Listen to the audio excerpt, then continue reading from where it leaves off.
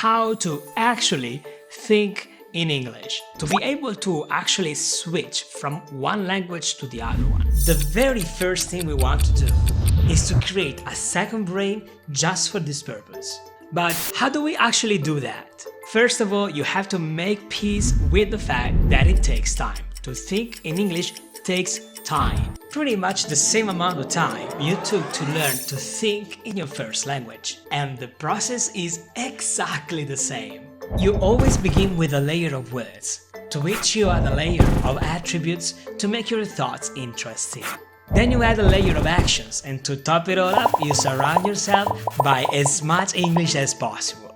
If only it was this easy. Hello awesome people! Today I have for you a very special lesson, and to make sure you get all the best from this lesson, I prepared for you a nice and easy PDF that, just as usual, you can download down here in the description. Without any further ado, let's begin with the first step. Name the objects around you.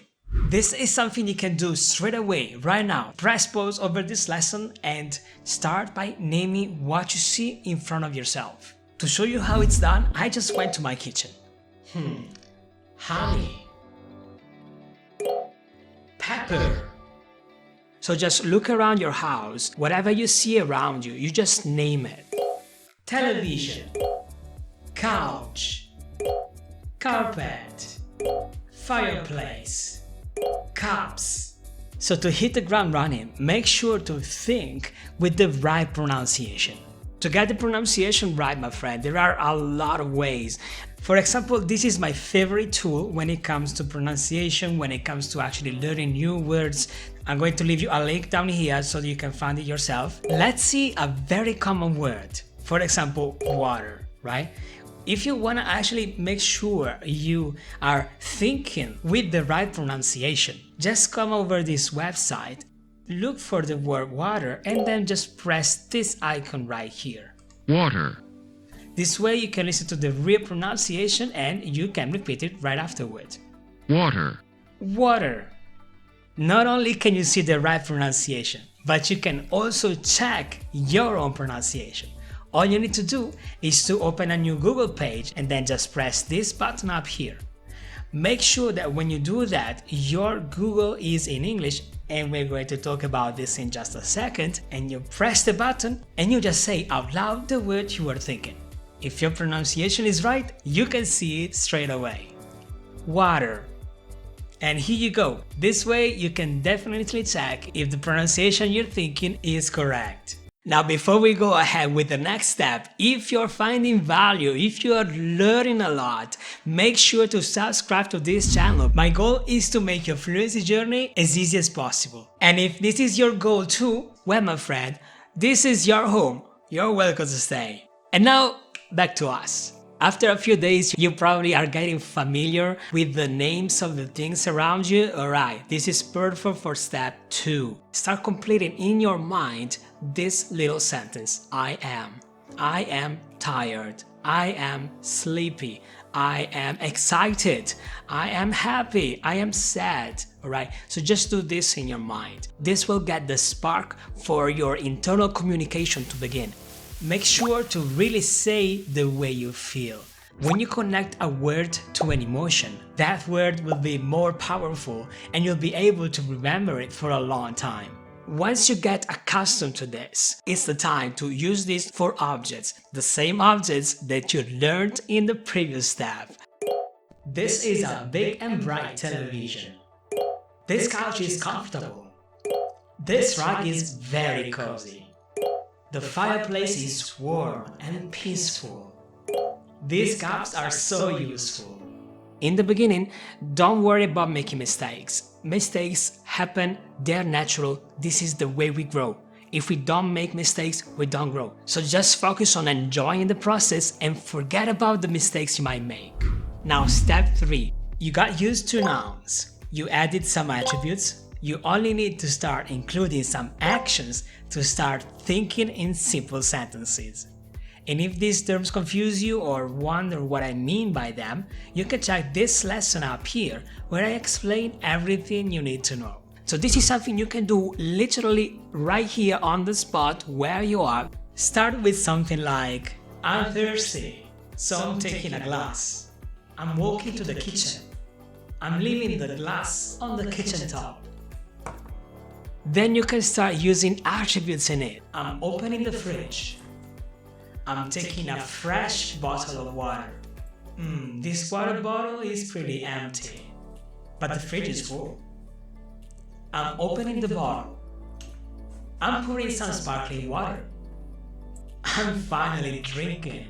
Alright, if you follow me so far, now it's time for the step number 4. Switch every device to English. Now you are starting to finally getting immersed in the English language. Start with your phone. Do the same with your computer. Any account of any website you visit regularly. Every app you use. Everything, my friend. Step 5, now that everything is in English, it's time to research it in English. Unless it's something that you want to find in your local area, you can definitely research that in English. Once you begin to do your research in English, you will find a world of information that you didn't know before because more than half of all the internet websites are in English. This is the perfect moment to start reading an article in English or starting to get some particular knowledge on a topic in English.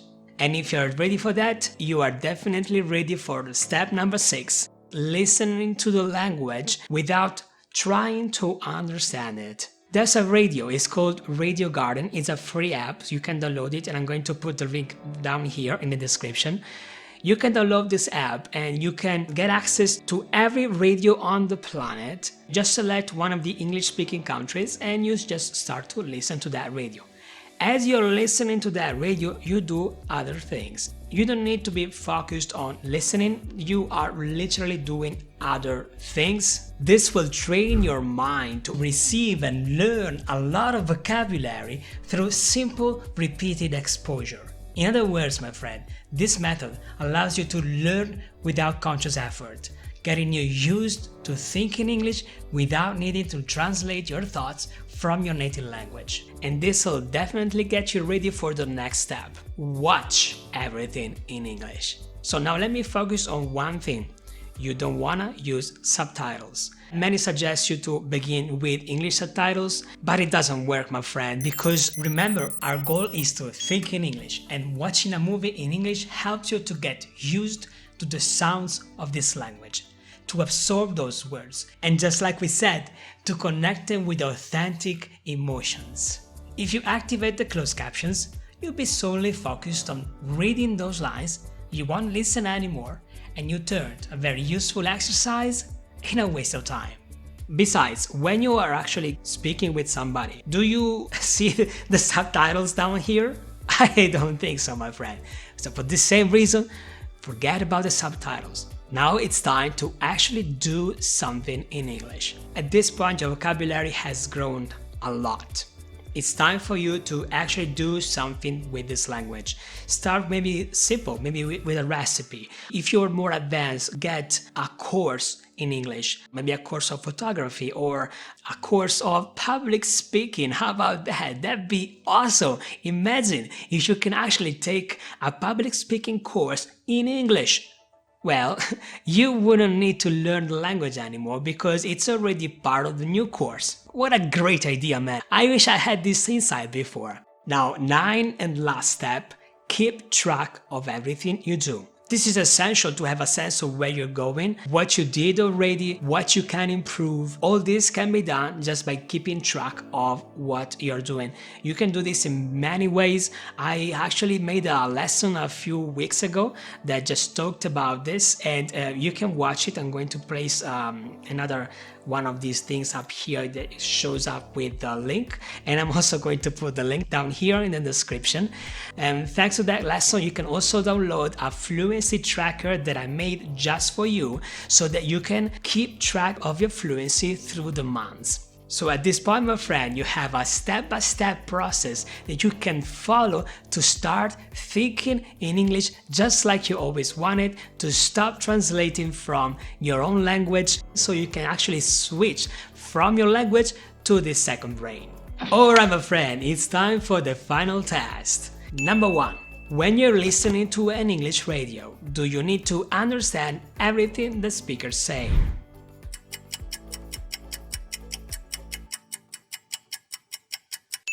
And the answer, my friend, is that of course no, you don't have to understand everything the speaker is saying on the radio, especially if you're using the radio as a means for your passive learning. In that case, my friend, you don't need to stay there and listen attentively to everything the person says. Number 2, when you're watching a movie in English, how do you set your subtitles?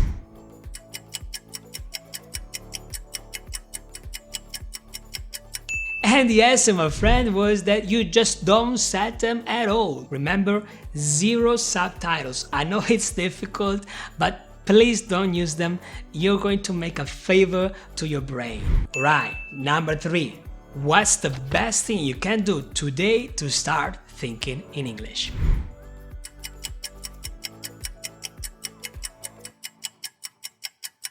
And the answer, of course, is to start naming the objects around you, my friend. So, for example, start right now and tell me on what device are you watching this video. Let me know down in the comments, as well as what step are you at the moment. If you do that, I can actually help you keeping track of it, posting a reply to actually see if you're following through.